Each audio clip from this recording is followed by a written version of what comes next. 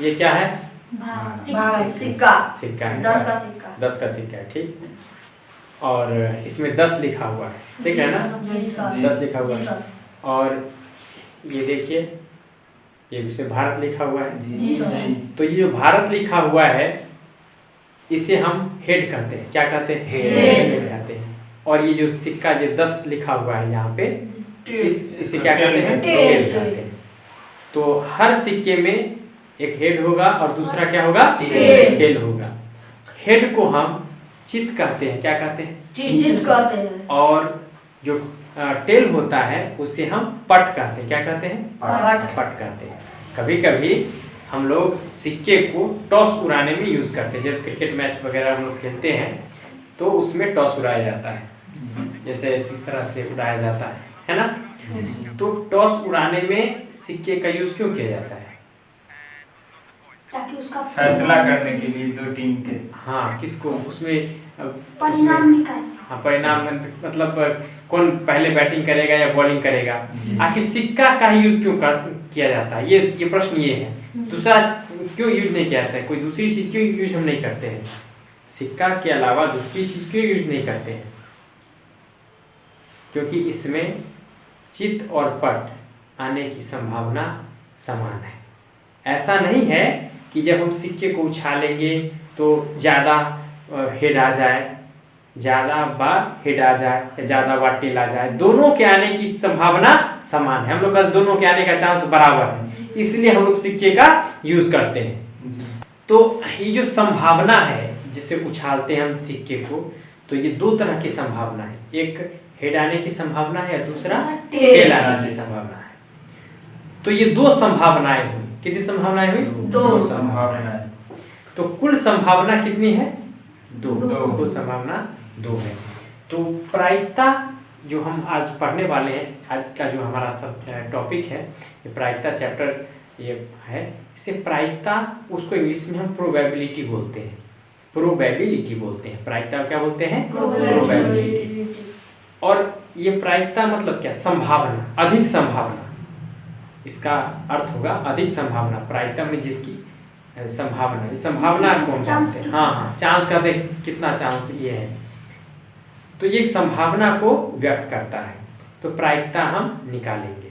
अगर हम सिक्के को उछालते हैं तो कुल संभव परिणाम कितने हैं? 2। या तो हेड आएगा नहीं तो टेल आएगा।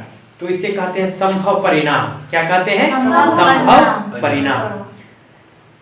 उसी प्रकार अगर हम लूडो का, आपने देखा होगा, लूडो खेला होगा आपने, तो हाँ, गोटी बोलते हैं, छक्का बोलते हैं ना, लूडो का छक्का बोलते हैं। तो लूडो का छक्का है, तो उसको जब हम लूडो खेलते हैं तो उसमें जब हम उसको डाइस बोलते हैं, डाइस, उसको ऐसे छोड़ देते हैं तो कुल 6 परिणाम आते हैं। कितने परिणाम आते हैं? 6। तो उसमें 6 परिणाम होते हैं।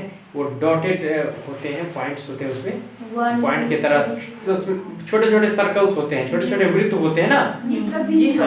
ये 6 सतह होते हैं। वो किस आकार का होता है? घन के आकार का। घन के आकार का होता है ना। तो घन के आकार का होता है वो जो छक्का होता है। लूडो का छक्का किस आकार का होता है? घन के आकार। और उस हर वो घन का आकार का सतह 6 होते हैं। तो हर सतह पे वो एक करके, जैसे एक सतह पे एक बिंदु रहेगा, दूसरे पे 2, तीसरे पे 3, इस तरह से 6 सतह पर कुल मिला के पूरे जो है सर्कल से वो कवर्ड होगी। तो उसमें 6 संभव परिणाम है। अगर हम लूडो खेलने जाते हैं तो कुल 6 संभव परिणाम आते हैं। कभी 1 आएगा, कभी 2 आएगा, कभी 3 आएगा, कभी 4 आएगा, कभी 5, कभी 6। और 6 के 6 आने की संभावना भी बराबर है। 6 के 6 आने की संभावना क्या है? बराबर है। यानी कि ऐसा नहीं कि किसी के आने की संभावना ज्यादा है। एक सिक्के को हमने उछाला तो कुल संभव परिणाम कितने हुए? 2 हुए। जब हम 2 सिक्कों को उछालेंगे तो कुल संभव परिणाम कितने होंगे? 4। अब कैसे कैसे होंगे? जैसे देखिए, जैसे हेड को हम लोग जैसे H कहेंगे और टेल को क्या कहेंगे? T। ऐसे हम व्यक्त करेंगे, H और T।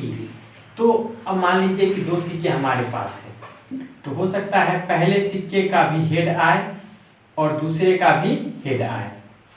दूसरा होगा कि पहले का हेड आए और दूसरे का टेल। टेल आए। तीसरा क्या हो सकता है, कभी टेल पहले का ये टेल। हाँ ये टेल और दूसरे का भी क्या आ जाए, टेल आ जाए। ये भी हो सकता है कि पहले का टेल और दूसरे का हेड आ जाए।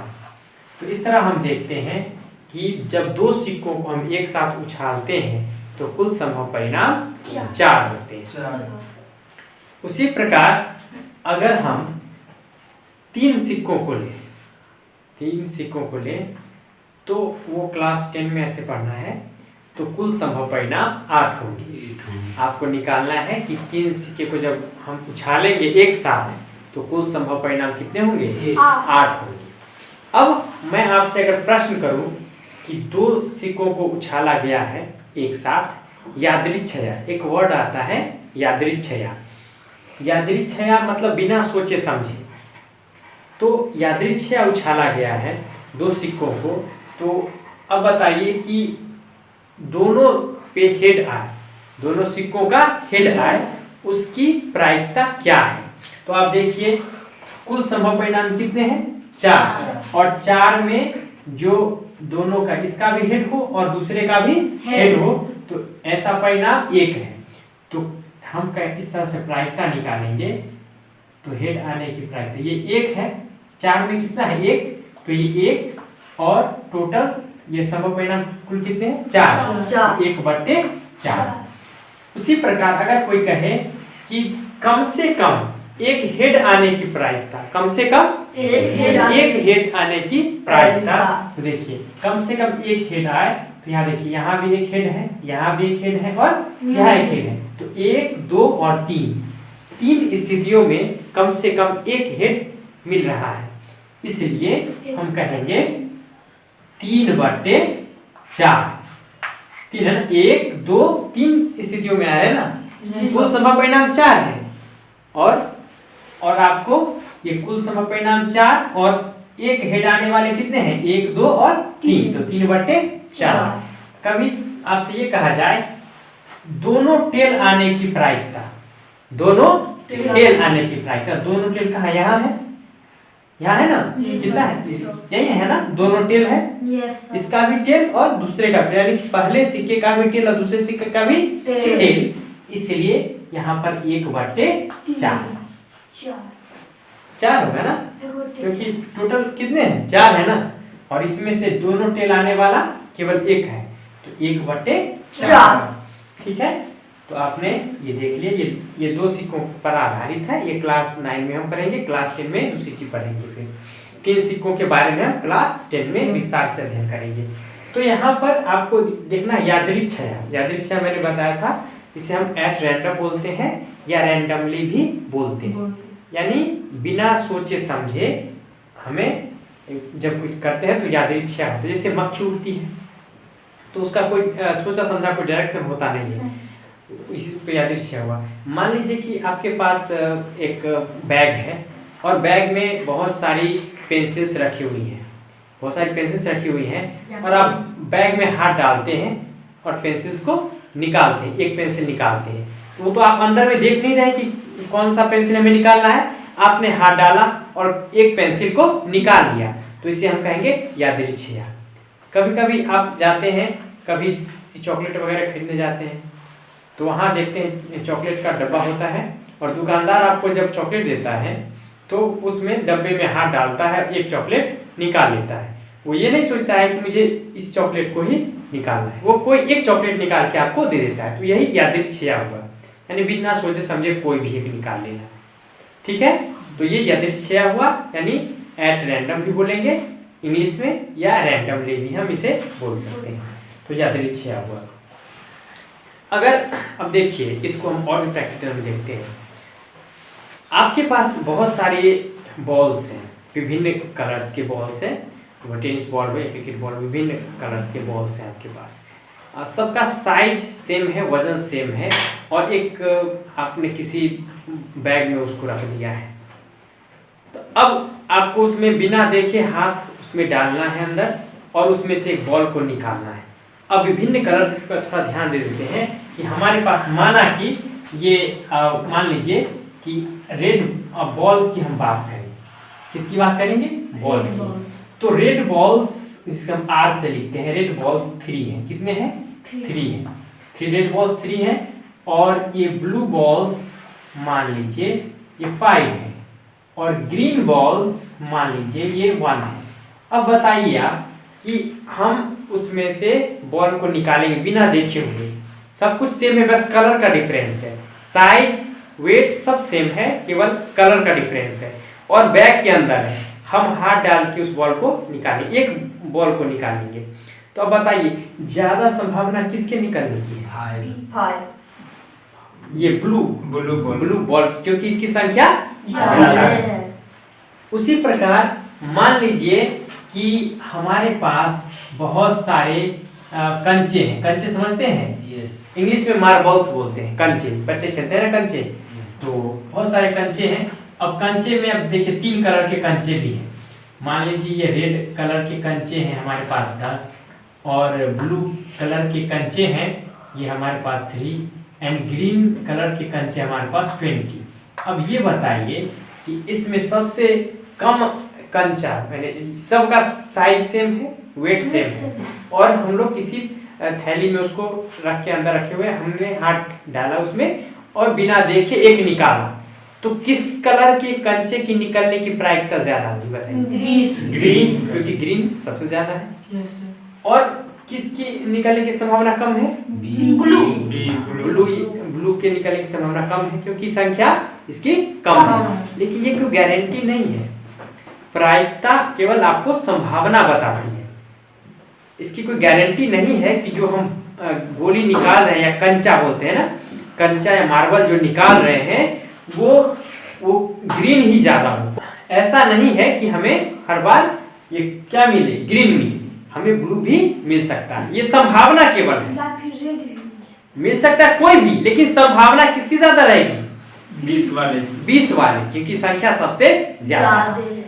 तो ये इत्तेफाक की बात है कि हमें ये ब्लू वाली बॉल जो है हर बार ये कंचा जो है मार्बल ये मिल जाए।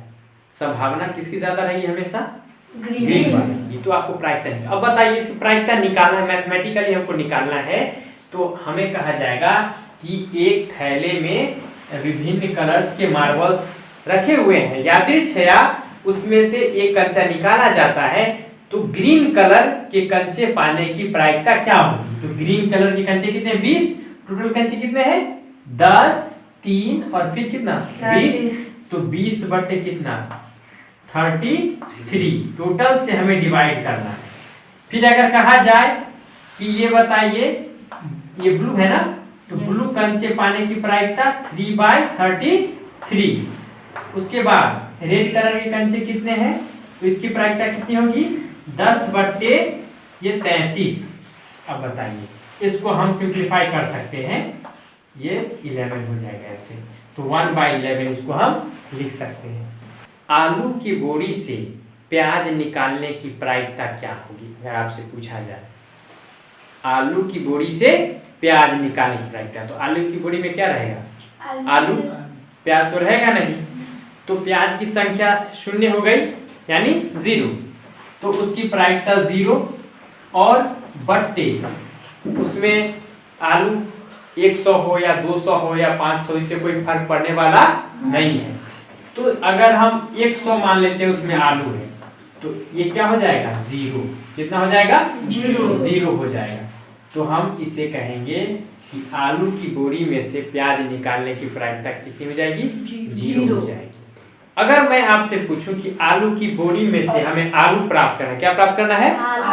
आलू प्राप्त करना है, तो मान लीजिए 100 अगर आलू है, कितने आलू है? 100 और टोटल आलू भी कितने हैं? 100। तो ये प्रायिकता आलू पाने की प्रायिकता कितनी है? 1। तो अगर आलू की बोरी में से हम आलू निकालेंगे, यादृच्छिक अगर आलू निकालते हैं तो उसमें प्याज तो मिलेगा नहीं, तो आलू पाने की प्रायिकता कितनी हो जाएगी? 1, क्योंकि अगर 100 आलू है तो पूरा तो आलू ही है, तो 100 बटे 100 प्रायिकता कितनी हो जाएगी? 1। इसलिए याद रखना है कि प्रायिकता का न्यूनतम मान 0 होता है और अधिकतम मान 1 होता है, यानी प्रायिकता का मान कभी भी ऋणात्मक नहीं हो सकता है और उसका अधिकतम मान 1 से ज्यादा नहीं होगा। अधिकतम मान 1 होता है, प्रायिकता का न्यूनतम मान 0 और अधिकतम मान 1। ठीक है। अगर मैं आपसे पूछूं कि क्या 25% प्रायिकता का मान है तो आप क्या कहेंगे? 25% को हम क्या लिखेंगे? 25/100।